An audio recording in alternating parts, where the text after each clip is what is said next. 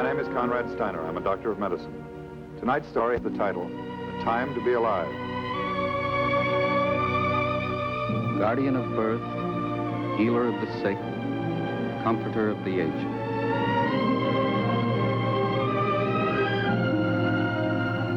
To the profession of medicine, to the men and women who labor in its cause, this story is dedicated.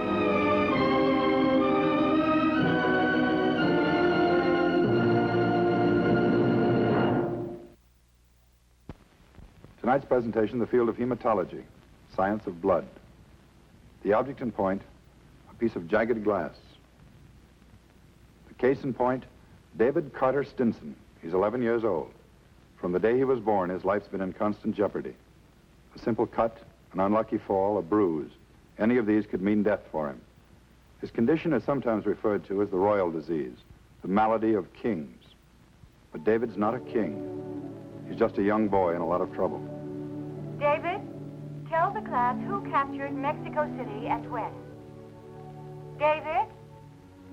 David, are you listening? In November 1519, Hernando Cortez marched on the Aztec capital, Mexico City. The Emperor Montezuma, thinking he was a descendant of the sun god, offered no resistance, and in a short time, Cortez controlled all Mexico. Say, Miss Walker, did they ever find those little men that landed near Cuernavaca? Little men. David, is that in your copy of Mexico, Land of Sunshine and Manana? No, it's in Science Weekly Report, Miss Walker. They came by saucer. Class? David, try to stay with the text. Anyway, they couldn't have come to Cuernavaca. There isn't an airport within miles. And now, class, David. Tomorrow we'll cover the principal industries in major cities. This is David Stinson, and this room has been the boundary of his world for more than 2 months. No great disaster put him there. He simply fell off a bike and bumped his knee.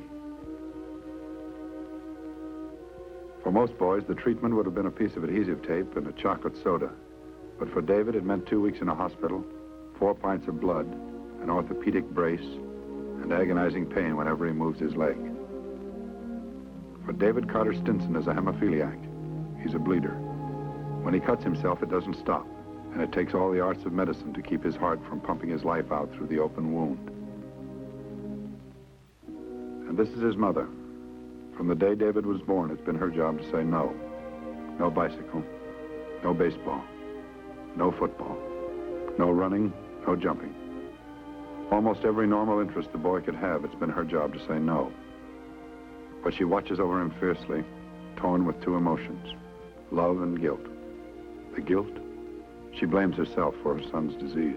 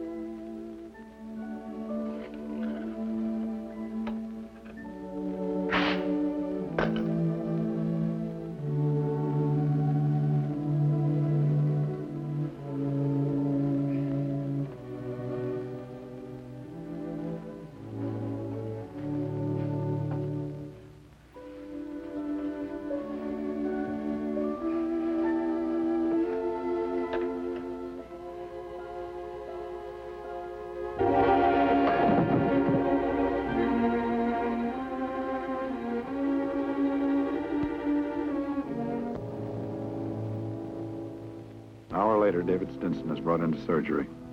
The radial artery in his left forearm has been cut, and he's sustained lacerations around the mouth and chin. The impact of his fall has also re-injured his left knee, causing internal hemorrhage around the joint. He's lost considerable blood. On arrival at the hospital, he was given 2 units of anti-hemophilic plasma. He's approaching shock. Blood pressure 70/40. pulse 160. The cut in his arm is sutured and a pressure bandage with fibrin foam applied. His face presents another problem. The lacerations are not as deep and can be easily sutured, but the application of a pressure bandage is extremely difficult in this area. Because the patient is a known hemophiliac, a cross match is run immediately and 6 units of fresh blood are ordered. The blood must be fresh, for the vital protein anti-hemophilic factor, which is lacking in the patient's blood, the same protein which causes normal blood to coagulate, loses its effectiveness 24 hours after it's taken from the donor. In order to ensure a sufficient supply of fresh blood on hand, a call is sent out to all available sources in the area requesting blood of the patient's type. Meantime, outside in the hospital corridor, David's family waits, hopes, and prays. His father, mother, his sister. Her name's Flora. She's 21 years old. She's engaged to be married. Like her parents, this is hardly a new experience for her. She's been through it time and again. And with each new episode, a growing fear takes hold in her mind. A fear not only for her brother, but for herself.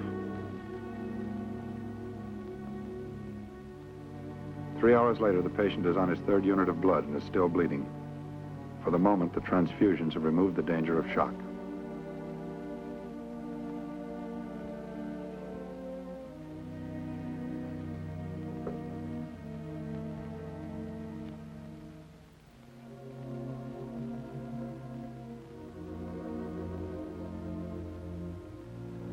This makes 1,500 cc's. He's a sick boy. Seems there's enough AHF in the blood we've given him to induce clotting. It's not quite that simple, Carl. Hemophiliacs not only lack the AHF factor in the blood, they tend to resist it. Sometimes one of them will build up antibodies that fight it, the one thing that can save their lives. I've heard about a patient that took 30 transfusions and was still bleeding when he died. What about isolating the AHF? I mean, so it could be administered in massive doses. Has anybody tried it? Well, it's been tried experimentally. It's not too reliable yet. So far, the best we've got is fresh blood and plasma. All we can do is what we are doing. I talked to George Fletcher, the hematologist. He agrees with the procedure we're following.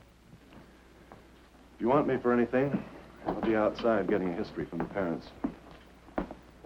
Tell him I'll be out as soon as I can. Right. Dr. Steiner, look at this.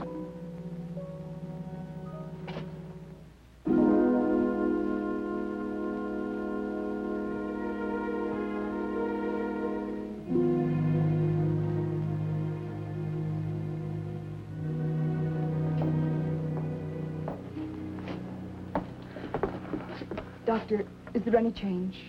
Well, he's shown some improvement since he came in, Mrs. Stinson. Nothing conclusive, but it's encouraging.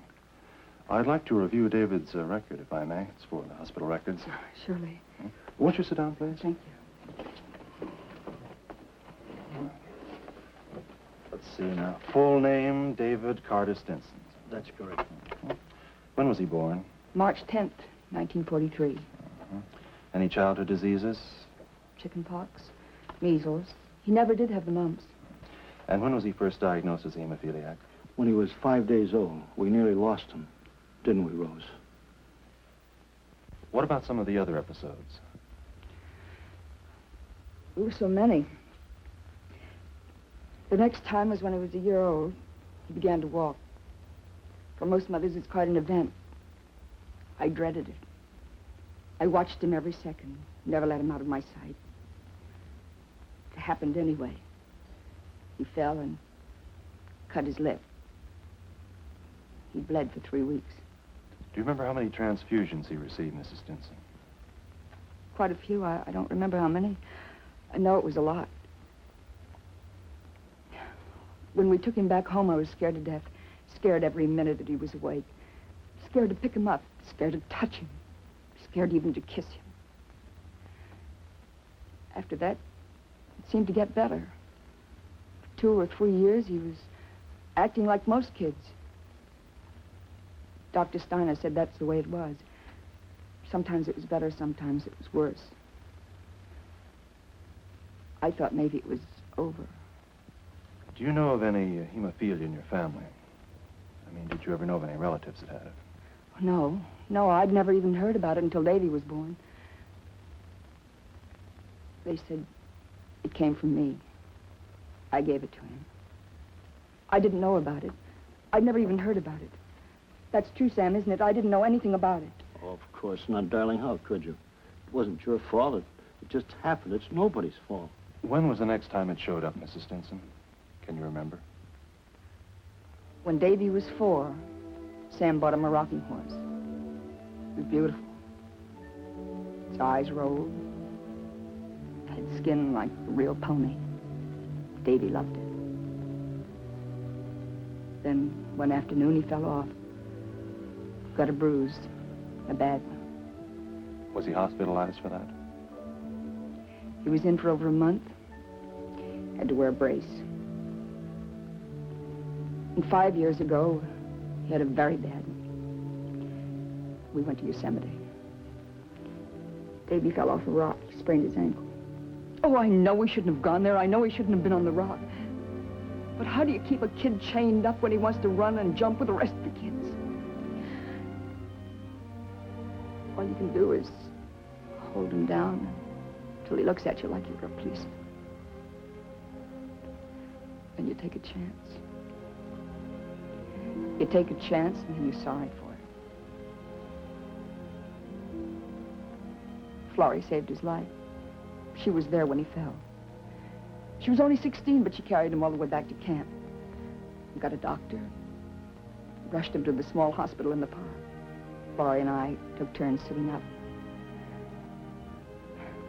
She nursed him as though we were her own child, not her brother. Always surprises you. Kids understand more than you think. Excuse me. Excuse me, is there a phone? Just down the hall, other side of the elevator. Thank you. I'll be right back.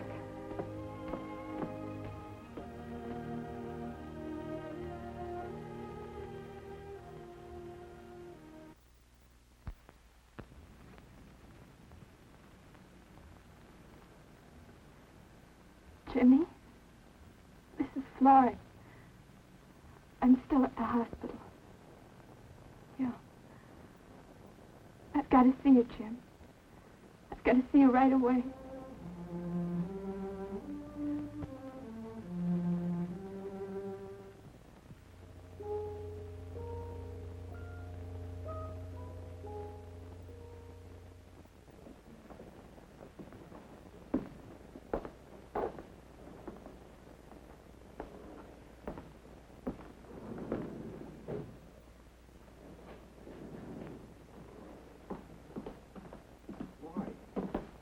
What's doing?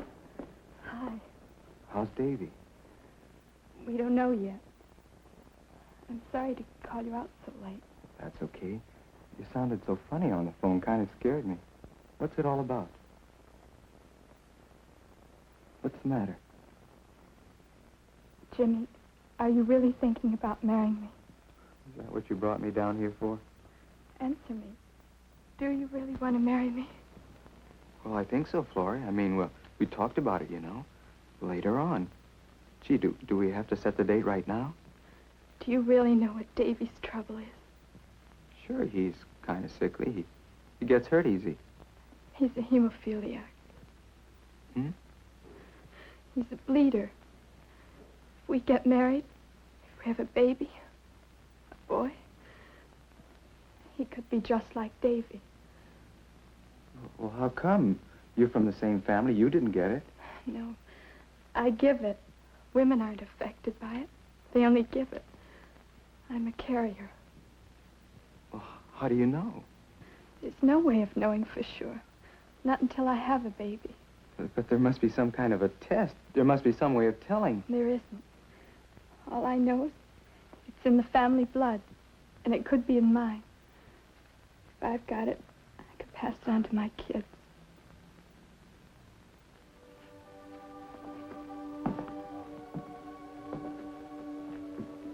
Florrie. You're probably worrying about nothing. You're probably perfectly all right. And if I'm not, would that be all right with you? Spend your life in hospital hallways, have a kid you can't have any fun with, watch him every minute of the day and night, Is that all right with you? Talk to my father. Ask him what it's like. Ask him how many times he's gotten phone calls at work. How many times he's come home and seen a crowd around the house and an ambulance waiting out in front. Ask him how many nights he's slept in the hospital waiting room, like he's doing tonight. Sure, he wanted a son. It's what he always wanted. We finally got one. Davy. And what is he? A little kid. Almost like a glass doll, lying propped up in a bed most of the time. Get so you're even afraid to touch him because you might start him bleeding. Is that the kind of a life you want? You want kids like that? Would that be all right with you? Do you want me that much? You better go home, Jimmy. I said you better go home.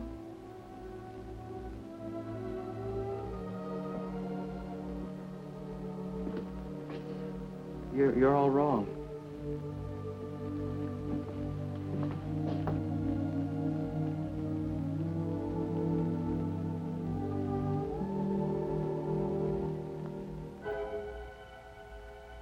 Seven hours later, and there's still no great change in the patient's condition. By now, there's every indication that this patient is a refractory case and may continue to bleed indefinitely. Blood pressure, 120/80. Pulse, 90. Both stable for the last 4.5 hours. Transfusions of whole fresh blood continue. If they were to be stopped, it would be only a matter of time before the patient went into shock and died from loss of blood.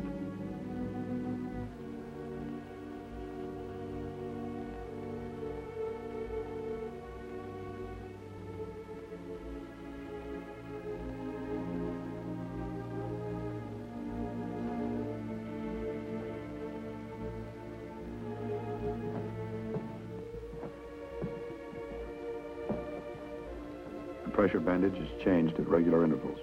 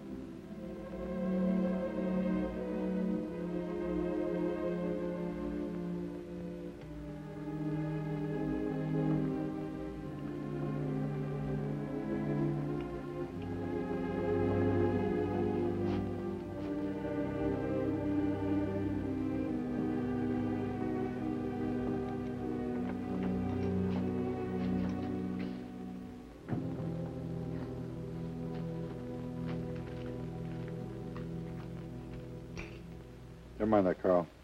We won't need it now. Well, what is it? He stopped bleeding.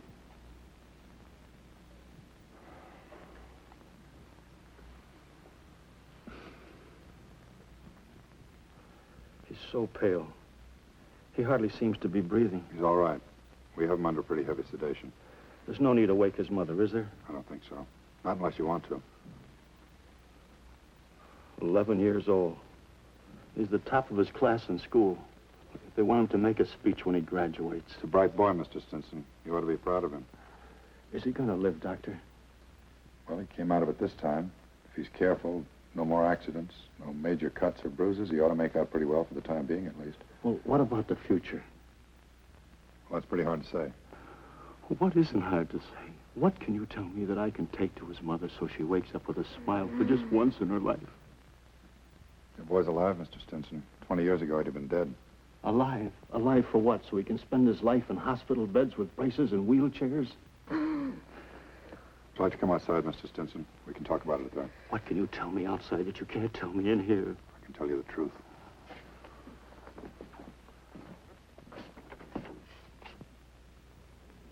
There's a man in Michigan and another one back in Massachusetts. They've isolated the protein in normal blood that your son lacks. A lot of problems with it.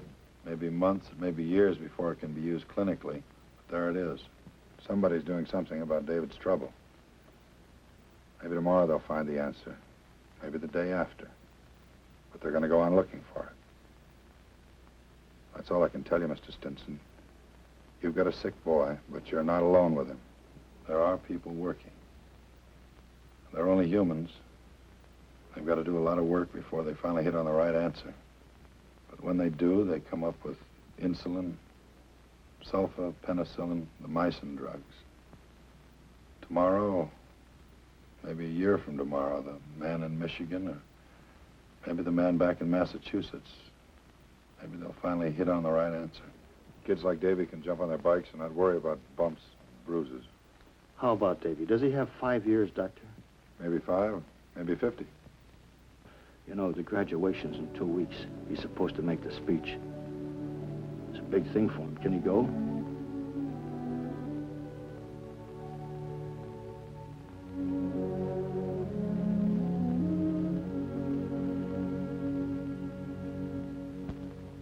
David Stinson, I, Wanda Meade, is Vice President of the graduating class of Jefferson Grammar School, am proud to congratulate you on your achievement as honor student of the class of 1954. I now present our class president, Michael Elliott. David Stinson, I, Michael Elliott, as president of the graduating class of Jefferson Grammar School, am proud to congratulate you on your achievement as honor student of the class of 1954. Even though you were in attendance only 72 days during the school year, your record was outstanding and you were chosen valedictorian by the students and teachers of the class. It is my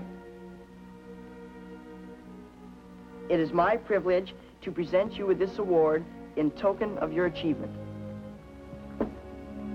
Thank you, Michael.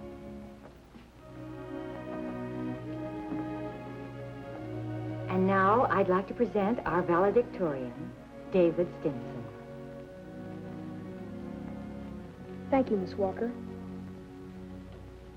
Miss Walker, fellow students, first, let me thank you for your gifts and for having elected me valedictorian. What does valedictorian mean? Valedictorian means the one who gives the valedictory. What does valedictory mean? Valedictory means of or pertaining to leave-taking or saying goodbye. And we are saying goodbye. Goodbye to childish thoughts and actions, to jungle gyms and sandboxes. Hello to a new life of work and play at junior high. But we must be thinking of what kind of men and women we will want to be in the far future of 10 years from now. We must ask ourselves, what does the future hold for me?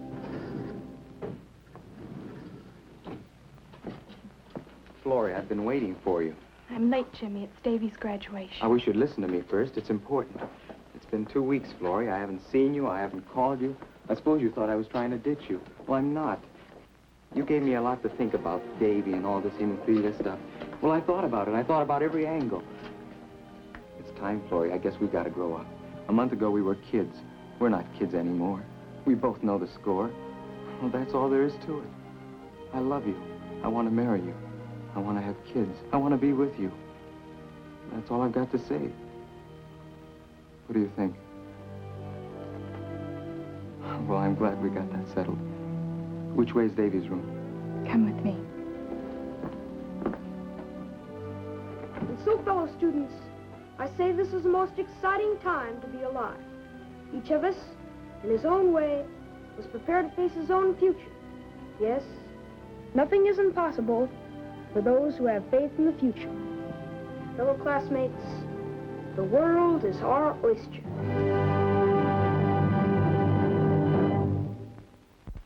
At the present time, research teams at hematological centers all over the country are at work attempting to find the cause and cure for hemophilia, the hereditary disease which lies passive in the female genes of a family for generations and then strikes the innocent with tragic force. Through the steps made by modern medicine to date, by transfusion of whole fresh blood and anti-hemophilic plasma, the lifespan of a hemophiliac has been increased from a few short years to an almost normal and useful period. There is no cure for hemophilia yet, but someday in the near future, a hemophiliac may be able to control his disease by injection, much like the injection of insulin for diabetes.